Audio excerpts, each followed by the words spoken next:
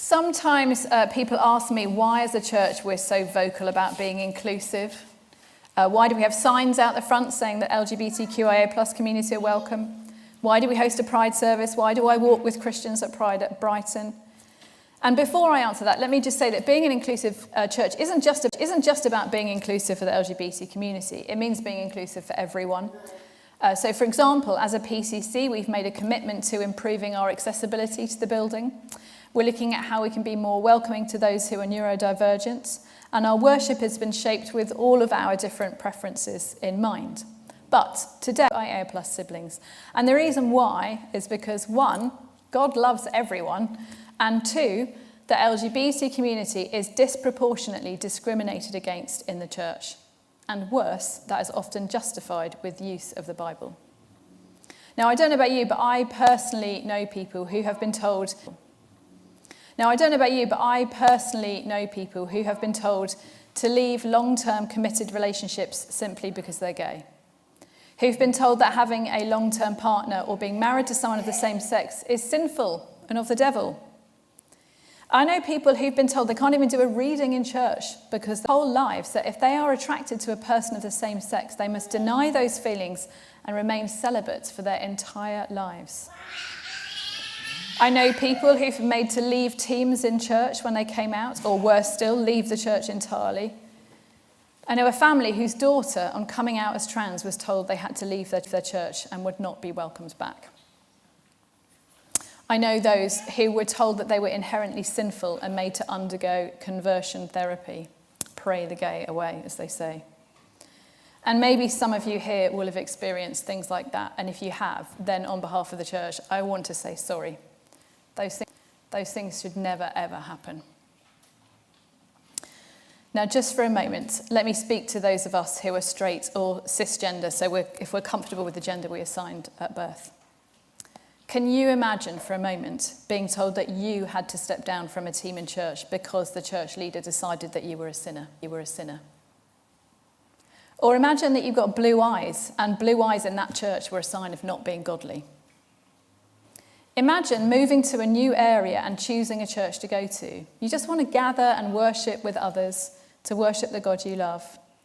But you can't just assume that you will be welcomed. You can't just assume that at some point you will be able to use your gifts to help at that church. You can't assume that you'll be able to introduce your partner or children to others and that would be perfectly fine and normal. Imagine having to explain to the church leader about your sexual preferences or identity before you come to church. Now, all of that might seem absurd if we've not experienced it, but that is what it can be like for our LGBTQIA plus siblings. So when a church like ours stands up and says, "You're welcome," we mean it. We're an inclusive church, and you can play a full part in the life of the church. Now, we still might not be the right church for some people. You're still allowed choice. But at least when people come here, they know they will be fully welcomed and can hopefully feel a bit less anxious about just coming to worship. So that's why. That's why we're so vocal about it. Now, that was a bit of a lengthy intro, but if I can't reiterate all that today, then when can I? But what I want to talk about today is dialogue, good communication. Because we are in an era where difference is becoming a weapon, where diversity is not something to be... And much of that comes from a place of fear. And I'm going to talk a bit about how we can dialogue together, but I also want to give a caveat to that at the start, because I know for some of us, engaging in conversation with those who are different to us might be triggering or it might be unsafe. So I'm not encouraging that, of course. We need safe spaces to talk, and we know where we can do that. Even Jesus told his disciples to shake the dust off their feet where they were unwelcome.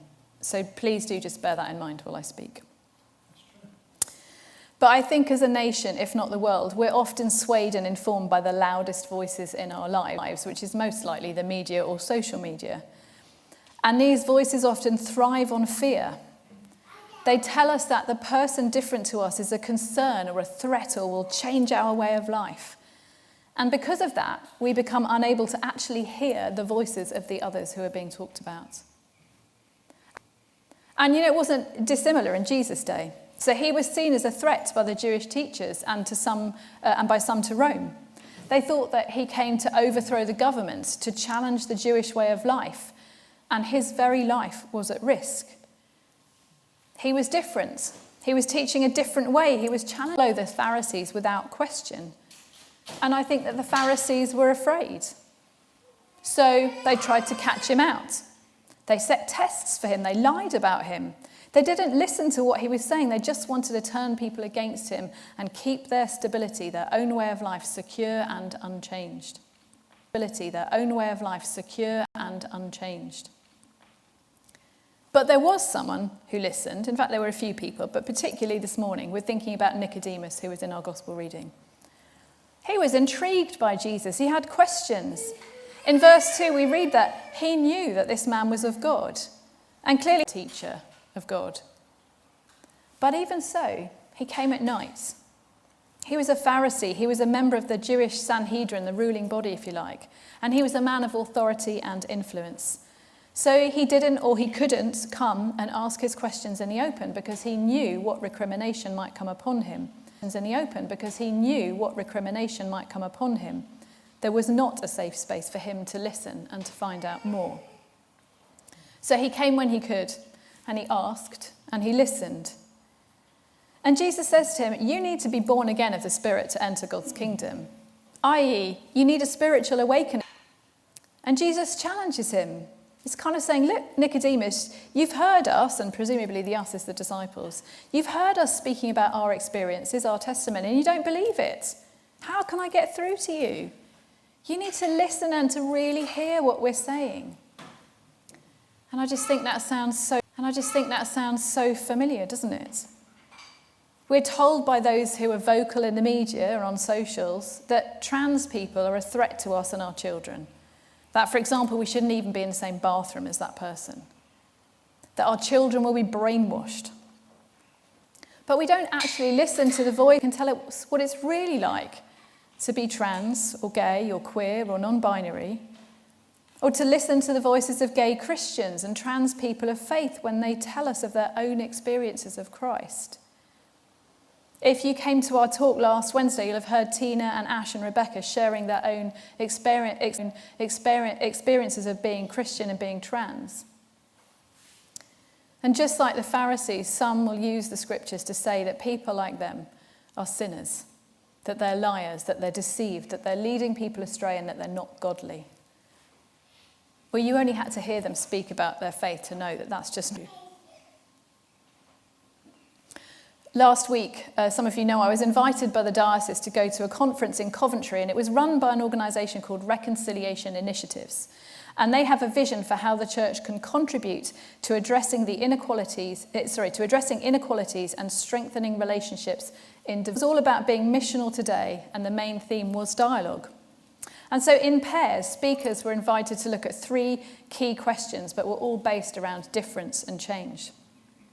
And at the start, the 2 keynote speakers kicked us off with a conversation in which author and priest Al Barrett said, mutual curiosity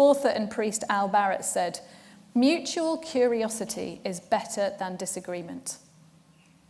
I really like that, mutual curiosity. I wonder what that looks like for us. How can we be mutually curious about those different to ourselves rather than oppositional or looking for difference? About Jesus. And I think we might say that Jesus was curious about him too. He asked questions of him. He challenged him, of course, but there was a conversation that went on between them. And we know that Nicodemus was genuinely open to what Jesus said because actually he changed as a result of that conversation. So in John 7:50, we see he openly defends Jesus to the Pharisees who are seeking to arrest him, when previously he would only come and ask his questions at night. And later, he's actually at Jesus' crucifixion, and he attends to Jesus' body with Joseph of Arimathea. So he was changed as a result of that open conversation. Now, I'll be honest with you, some of the conversations at the conference were really interesting and challenging, but the most interesting, I think, was one where it was very clear that the 2 speakers had very different views and opinions. And there was tension in the air. And in one case, I felt like one of the speakers was quite rude to another one. But they were there willing to engage from their difference. And in the process of listening and seeking to hear what the other was saying, and in doing so, drawing in those who were listening, the crowd, they actually drew us into their dialogue and enabled us to reflect on both of their views. And the conference was held in Coventry Cathedral. And if you don't know anything about Coventry Cathedral, since World War II, it has become an example of reconciliation. It's their cornerstone. Because after the city was bombed relentlessly over 24 hours during the war, apparently because Hitler had said he wanted a British city destroyed, the old cathedral was set alight with incendiary bombs, and just the walls remain today. And famously, a few weeks after the bombing, the provost, Dick Howard, gave his Christmas Day sermon from the ruins, saying, "With Christ born again in our hearts today, we are trying to banish all thoughts of revenge, try and make a kinder, simpler, a more Christ-childlike sort of world in the days beyond this strike." So in the face of destruction and attack and evil, he said, we need to be kind. And he actually wrote, "Father, forgive," on the walls of the ruin. But he also said, we are bracing ourselves to finish this tremendous job of saving the world from tyranny and cruelty. Now, he said that in the face of the very real fear of death, of the fighting of war actually invading this land, in the aftermath of hundreds of people dying in his city and thousands of homes and buildings destroying evil, and yet he was not to be swayed from the truth of who Jesus is. And as I say, reconciliation became the theme or the cornerstone of Coventry Cathedral and has shaped their ministry ever since.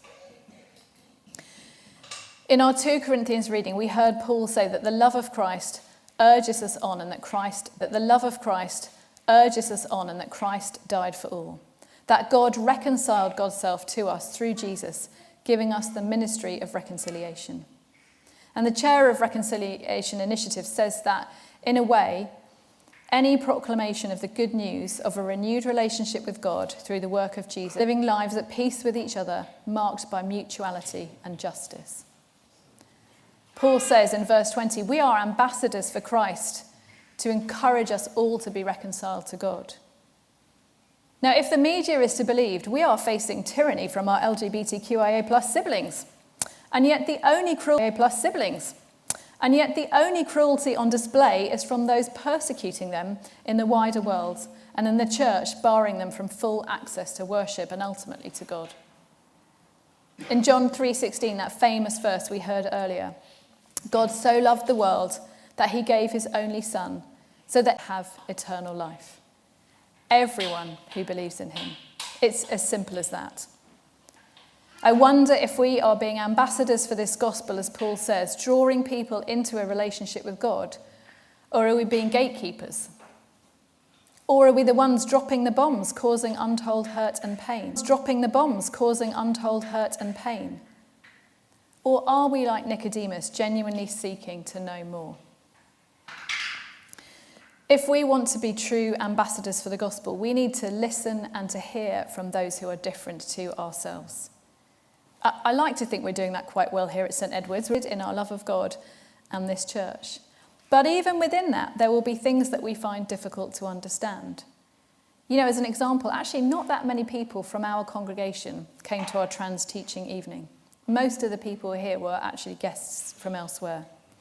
And yet that was a real opportunity for us to listen and to hear and to understand more from those different to us.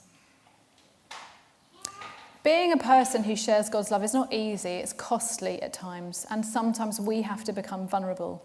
We have to put away our own prejudice, our own opinion, and just listen like Nicodemus did. And not all listening means that we change our minds like he did, but hopefully it means greater mutual understanding and compassion. I think listening and good dialogue is the antidote to fear. I put something on my Facebook this week saying that we need more spaces for good dialogue, and someone literally phoned me up and said, "What do you want to come out of that post? What do you want the outcome to be?" And I said, well, wouldn't it be amazing if we could facilitate spaces where people can talk and share safely and openly? And they said to me, we need the oxygen of healthy dialogue. The oxygen. Oxygen, which we need to exist, to breathe, is essential to who we are. What if good dialogue is actually essential to who we are as people of faith? And in a way, Jesus modelled that, because he went to those who others spurned. He listened to them, he spoke to them, listened to them, he spoke to them, some of whom who responded changed and some didn't. But he also said, as I mentioned earlier, to shake the dust off our feet where we are not welcomed. And he was pretty challenging at times when he needed to be. Think about the turning over of the tables in the temple. So there are different ways we need to communicate at different times. And perhaps as a nation, we need to be much better at listening and hearing from one another in our difference. Without anger or malice, without an agenda, but with the right heart attitude. We need places where we can get things wrong, but where we are mutually curious about one another. Not quick to be offended, but quick to listen and seeking to understand. As Christians who are called to be ambassadors for Christ, a God who loved the world that he died for it, should we not be people who listen in love? 2 Corinthians 5:14, Christ that urges us on, or in the NIV it says compels us. The love of Christ compels us on. So surely it is the love of Christ that urges us on, not the fear of the other or the fear of difference. So I hope that we can all seek to be more mutually curious and to be. Amen.